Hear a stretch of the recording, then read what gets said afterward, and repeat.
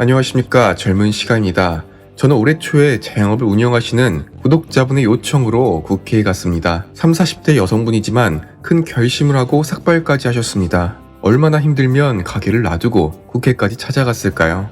해당 영상은 유튜브 측으로부터 제재를 당하고 현재는 삭제되었습니다. 그러기에 이번 자영업자분들의 절규는 저에게 있어서 결코 하나의 뉴스거리로만 보이지 않습니다. 그리고 제가 분노하는 지점은 올해 초와 지금을 비교했을 때 상황이 악화되었으면 악화됐지 어느 하나 나아진 것이 없다는 것입니다. 자영업자 수십 명이 모여서 살려달라 운동을 하였습니다. 그리고 맥주 가게를 운영하는 사장님이 말합니다. 직원들 월급, 앞으로 내야 하는 임대료 너무나 부담되고 마지막 심정으로 이 자리에 나왔다고 고백합니다. 이분들은 복장을 통일한 채 마스크를 착용하고 어떠한 피켓이나 구호가 없이 걷기 시위를 했습니다. 그러나 경찰은 집회를 신고하지 않았다며 이들을 막아섭니다. 제가 이래서 법을 공부했습니다. 권력의 탄압에 대항하기 위해서요. 현재 집시법에 의하면 야외에서 집회를 하는 경우 사전에 신고를 의무로 해야 합니다. 그러나 우발적 집회의 경우에는 집회 신고 의무가 없습니다. 참다가 도저히 안 되겠다 싶어서 나온 집회의 경우에는 별도로 관할 부처에 신고를 하지 않아도 된다는 것입니다. 특히 신고를 하지 않았다는 이유만으로 개최가 허용되지 않는 집회라고 단정할 수 없다. 타인의 법익이나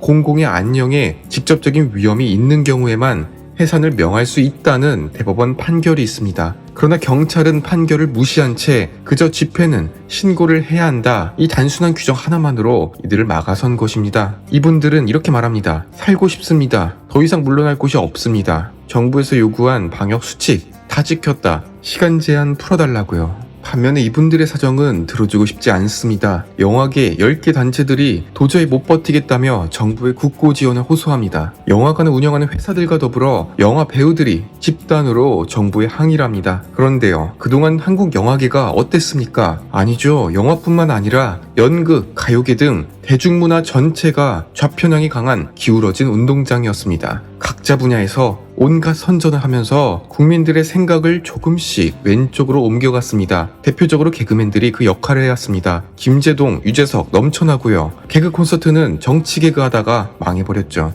그런데 알고 봤더니 개그 콘서트에서 프로그램을 검수하는 PD가 정치 개그를 선보이면 깔깔대며 피그를 하고 그렇지 않은 개그는 돌려보냈다는 것도 알려진 사실입니다. 영화 쪽은 말할 것도 없습니다. 한 번쯤은 보셨을 영화 베테랑을 아시지요? 유아인이 나와서 맷돌을 돌리고 황정민이 나오는 영화입니다. 단순하게 재미로만 본다면 킬링타임 역으로는 충분한데 그 이면에는 좌파 시각의 종합 세트입니다. 유아인은 범죄를 일삼으며 항상 약에 취해 있고 재벌들의 부패한 모습만 보여줍니다. 반면에 선량한 트럭 운전사는 작은 요구를 했다가 몰매를 맞는 그것을 정의로운 경찰이 정의 구현한다. 뭐 이런 스토리 얼마나 많이 봤습니까? 물론 대기업 자녀 중에서 막 나가는 사람들 많습니다. 그런데 그렇게 따지면 트럭 운전사들 중에서도 범죄자가 없겠습니까? 그러나 영화 감독과 제작자들은 반자본주의 논리에 입각하여 어떠한 목적의식에 의해서 영화를 제작한다는 것입니다. 그런 영화인들이 도저히 못 참겠다고 정부의 돈을 달라고 합니다. 이분들도 이해가 갑니다. 자기들이 그렇게 밀어줘서 좌파 정권 만들어줬더니 하는 짓이 얼마나 못마땅하겠습니까? 어디 가서 하소연도 못합니다. 위에 말씀드린 자영업자분들은 상대적으로 타인에게 정치적 영향력을 미칠 기회가 적습니다. 물론 민주당을 찍은 분들도 있을 겁니다. 그런데 이 영화계, 배우, 가수들은 그 파급력이 엄청납니다. 그들의 말 하나하나가 수천 수만 명의 생각을 바꿀 수 있습니다. 그동안 얼마나 많은 방송에 나가서 사람들의 시각을 반자본주의로 돌려놓았나요? 앞서 말씀드린 영화 베테랑을 만든 감독은 유승환입니다. 이전에는 부당거래라는 영화를 제작하였습니다. 영화의 주제는 단 하나,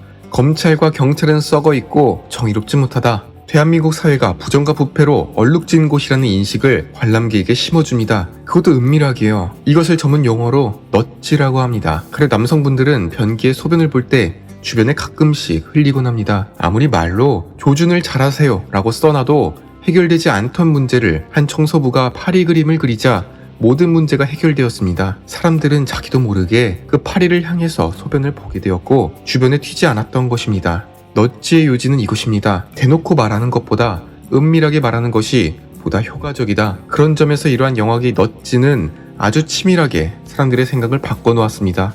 너희도 좌파가 되라. 대기업은 나쁘고 검찰과 경찰은 타락했다.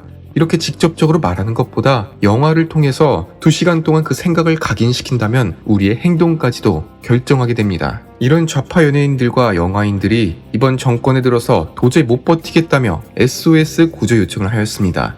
누구에게 탓할까요? 본인들의 책임입니다. 마지막으로 배우 정우성에 대한 얘기를 해보고자 합니다. 지금 미국이 아프간의 피난민 수용 검토 기지로 한국을 고려하고 있습니다. 사실 외국인에 대한 반발심은 어느 나라도 대한민국을 따라올 수 없습니다. 백인을 제외한 유색 인종 모두에게 불편한 시각을 갖고 있습니다. 저 또한 세계화에 맞춰서 이들을 받아주자는 주장에 공감은 되나 쉽게 내키지는 않더라고요. 적어도 저는 지조는 있습니다. 예전에도 불편했고 지금도 불편합니다. 마찬가지로 지조 있게 난민에게 진심을 다하는 배우 정우성도 있습니다. 우리도 어려운데 난민 돕자는 의견에 여유가 있으면 나누자는 것이라고 답합니다. 난민 캠프를 방문하고 그들의 삶을 직면하면서 우리와 다르지 않는 그들을 알게 되었다고 합니다. 그러나 정우성이 살고 있는 아파트는 초호화 럭셔리 하우스로 알려진 곳입니다. 한 가구당 전용 엘리베이터가 있다고 합니다. 그러니까 집주인 전용 엘리베이터가 있어서 그 외에 외부인은 집으로 접근이 원천 차단됩니다. 우리들처럼 집에 들어갈 때 윗집, 아랫집 사람들과 마주칠 일이 없다는 뜻입니다.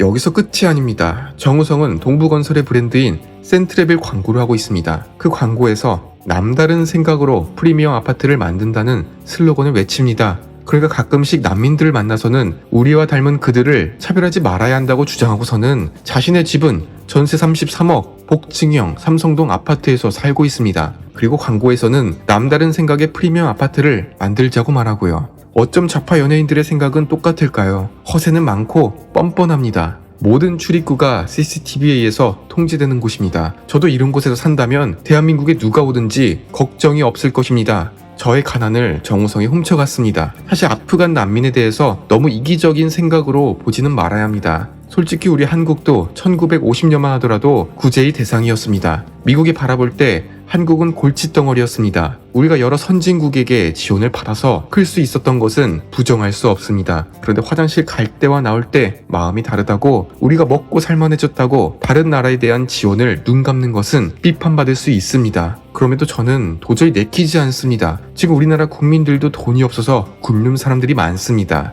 적어도 우리 국민들은 지키고서 그들을 받을지에 대해 고민했으면 합니다. 이게 저의 솔직한 생각입니다. 그리고 제가 아무리 생각을 해도 이해가 안 가는 것은요, 지금 방역 말입니다. 백화점, 아울렛은 되고 왜 식당은 안 되나요? 6시까지 4명은 되고 6시가 지나면 2명만 식당에서 밥을 먹을 수 있고요. 그런데 가족은 또 가능해서 가족 증명서를 가져가면 같이 밥을 먹어도 됩니다. 가족은 방역 문제로부터 자유롭고 친구들은 안 되나요? 그리고 상식적으로 지하철이랑 버스는 방역 문제가 단 한 건도 안 나옵니다. 환자 한 명이라도 나왔다간 지하철 전체를 폐쇄해야 하니까 도저히 그렇게는 못하겠고 만만한 자영업자분들만 괴롭히고 있습니다.